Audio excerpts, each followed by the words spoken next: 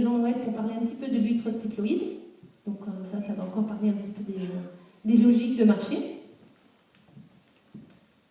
Alors, on va essayer de faire simple. D'abord, parce que je n'ai pas toutes les compétences scientifiques pour parler de ça. Nous avons quelques-uns développé l'huître naturelle, l'idée de l'huître naturelle, donc l'huître née en mer, qui est devenue, il y a quelques années, une sentinelle slow food. Pourquoi développer ce concept? Tout simplement parce que depuis 1997 a été autorisée en France la culture d'une huître triploïde en milieu ouvert, sans essai préalable en milieu fermé. Qu'est-ce qu'une huître triploïde? Alors, une huître triploïde, ce n'est pas un OGM, il n'y a pas eu de modification du génome du tout. Bon, j'ai entendu des gens très connus nous dire qu'on pouvait les appeler des organismes génétiquement maltraités, si je ne m'abuse. L'homme, dans sa grande sagesse, veut toujours produire plus. Donc les huîtres, traditionnellement, ne se consommaient pas l'été parce que c'est la période de reproduction, sont laiteuses, la plupart des consommateurs ne l'aiment pas. On va donc produire une huître, artificiellement, qui n'a pas de période de reproduction et que l'on va donc pouvoir commercialiser l'été. Comme cette huître n'est pas en période de reproduction, cette huître elle va pousser plus vite. Il faut savoir qu'une huître, dans une eau à 10 degrés, va filtrer quelque chose comme 3 heures par jour. Dans une eau à 20 degrés, elle va filtrer 18 heures par jour. La période de reproduction, la période estivale, c'est les périodes chaudes. L'huître se nourrit donc beaucoup plus. Si elle n'a pas de période, si elle ne consomme pas son énergie à la reproduction, elle va la consacrer à la croissance. Donc, au lieu de produire une huître en 3 ans, on produit une huître en 2 ans.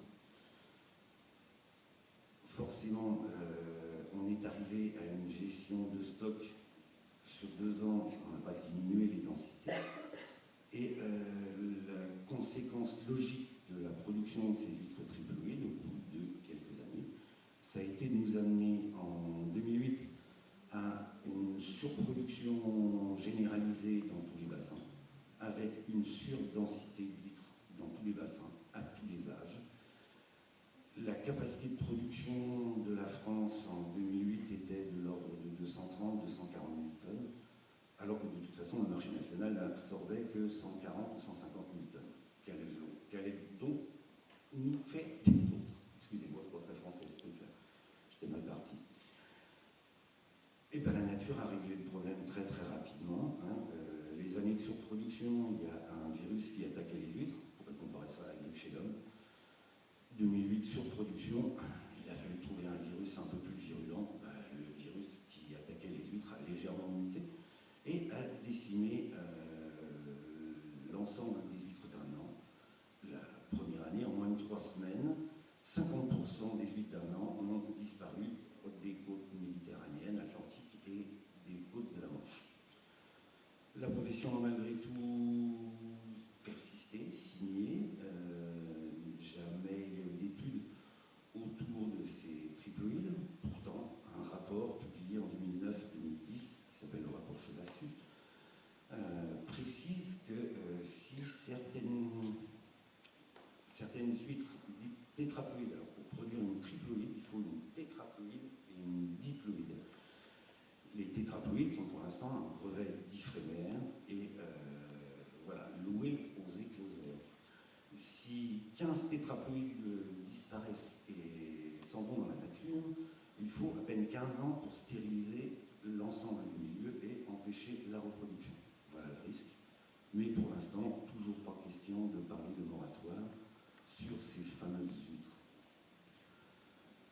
Ces fameuses huîtres qui ont été donc inventées, produites pour la consommation estivale, depuis 2 ans, subissent des mortalités aussi à l'état adulte en période estivale, ce qui est quand même un comble. Un certain nombre d'ostréiculteurs, malgré tout, tiennent à garder, respecter les rythmes naturels, respecter le métier, la tradition telle qu'on l'a appris. Je suis une 4e génération d'ostréiculteurs dans la famille. Je reviens de plus en plus aux techniques que j'ai apprises quand j'avais 20 ans. Et je suis dans un métier qui est curable, fonctionne et j'ai même plutôt créé des emplois. Les méthodes traditionnelles étaient effectivement beaucoup plus gourmandes en termes de main-d'œuvre.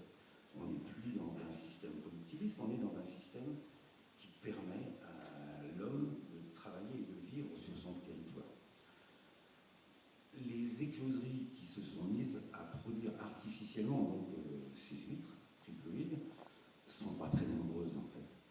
On se retrouve en France avec 6-7 grosses écloseries qui ont aujourd'hui une capacité à produire autant naissin que 1000-1200 petites entreprises qui produisaient du naissin naturel. Et ces 1000-1200 petites entreprises qui produisaient du naissin naturel produisaient suffisamment d'huîtres pour fournir les marchés à Noël. De produire des huîtres en dehors du milieu naturel, ça n'a jamais fait qu'augmenter de la surproduction. Augmenter de la surproduction, c'est comme dans tous les élevages, ça a généré des nouvelles maladies. L'ostréiculture, j'ai toujours appris ça, on m'a toujours dit ça depuis que je suis tout petit. L'ostréiculture fait les mêmes bêtises que l'agriculture avec 25 ans de retard. Quand on a commencé à parler de ces problèmes de mortalité juvénile, les collègues agriculteurs et les paysans dans le cadre du comité professionnel, le bassin versant, sont restés à me regarder avec des grands yeux et m'ont dit « Mais Jean-Noël, quand même, depuis le temps qu'on t'explique toutes les bêtises qui nous sont arrivées avec la volaille, avec les porcs et avec les vaches, vous auriez dû comprendre quand même. » Et bien non, malheureusement, on a reproduit exactement les mêmes choses qu'ailleurs. Il faut savoir aussi que ces mortalités avec les huîtres triploïdes, c'est pas en France que ça a commencé. Il y avait déjà eu ça avant dans bien d'autres pays au monde.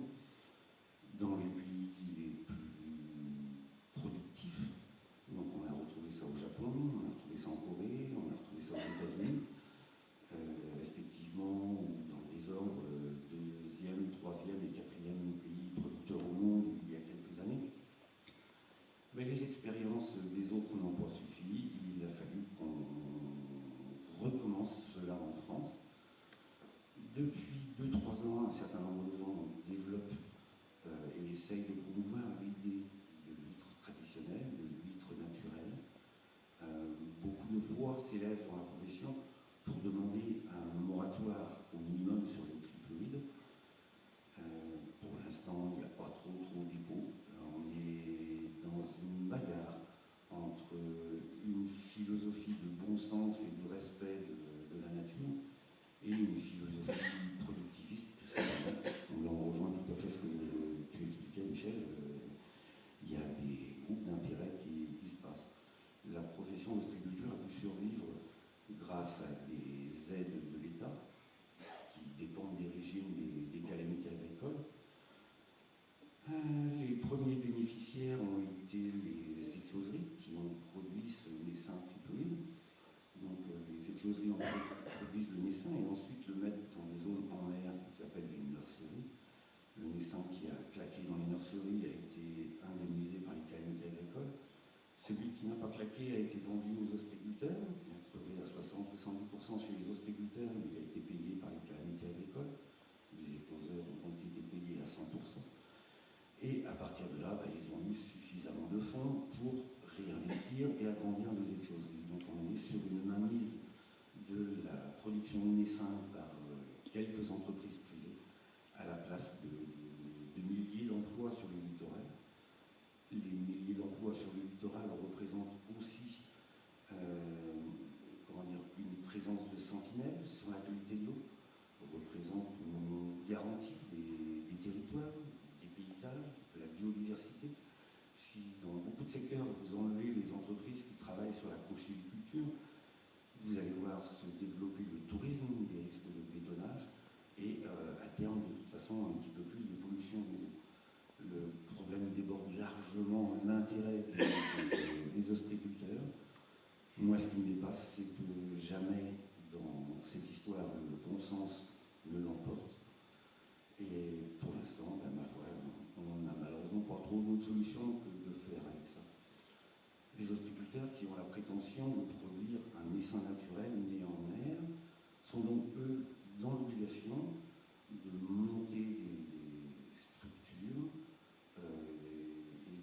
pour pouvoir s'identifier, pour pouvoir être reconnu du grand public et des consommateurs, parce qu'il n'y a pas d'obligation d'étiquetage, donc sur ces huîtres triplées, les lots peuvent donc être entièrement mélangés avec des huîtres naturelles. Voilà. Voilà un petit résumé. Comment vous dire, j'ai eu beaucoup de colère en parlant de cette chose. Le vote donc largement garanti et poussé par la profession a eu lieu en 1997. Ça veut donc dire que ça fait de nombreuses années que la profession trompe un petit peu les consommateurs. Et au jour d'aujourd'hui, beaucoup de mes collègues n'osent pas dire qu'ils produisent un petit peu de tricoline, n'osent pas dire non plus qu'ils proposent aux consommateurs, et ils mélangent les lots en fermant les yeux pourvu qu'il n'y ait pas de problème. Je trouve ça un peu dommage. Alors, merci Jean-Noël. Donc, on a besoin de vous tous pour remettre un peu de bon sens dans tout ça. Je vais donner la parole aux courageux qui sont encore là, en espérant que vous ayez de nos